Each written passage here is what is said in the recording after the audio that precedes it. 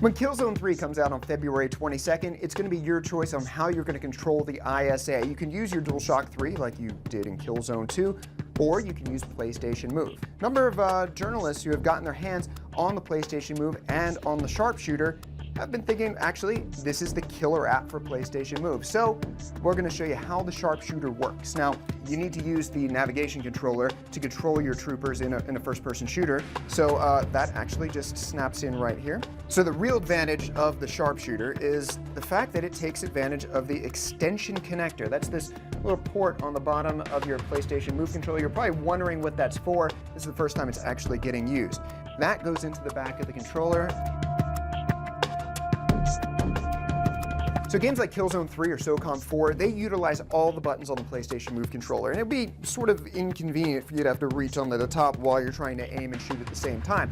So that extension connector port, that remaps the buttons to other parts of the Sharpshooter. A couple of months ago, Herman Hulst from Guerrilla Games talked to us about how he adapted Killzone 3's controls to work great with PlayStation Move and even better with the Sharpshooter.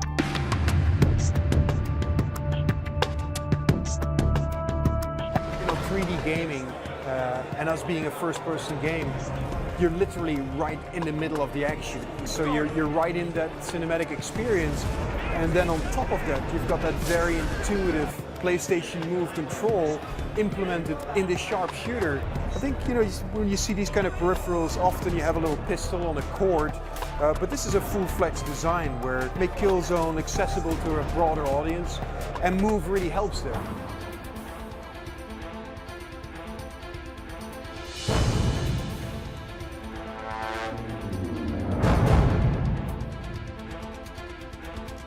Hi, I'm Ken Inagaki. I'm a senior staff producer here at Sony. I'm here to show the Sharpshooter peripheral with the Move controller today for SOCOM 4.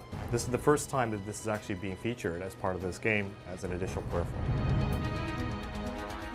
All right, so let me walk through the various button functions on the device itself and how it relates to our game. We have the digital trigger, and with the various fire modes, single fire, the automatic fire, and then the grenade launcher.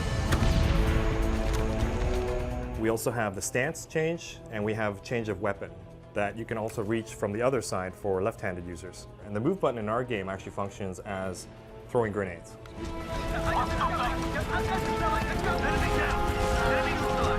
When you're down on bullets, just by doing the pump action here on the device, we'll actually command a reload.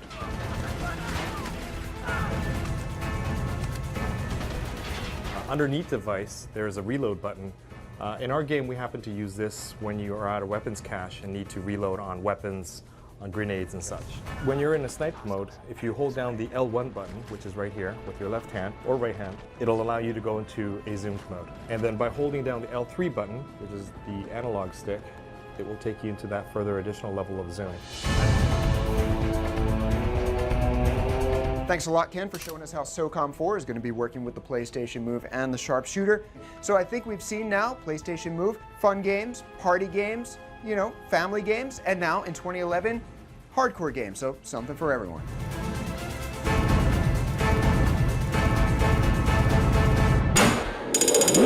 PlayStation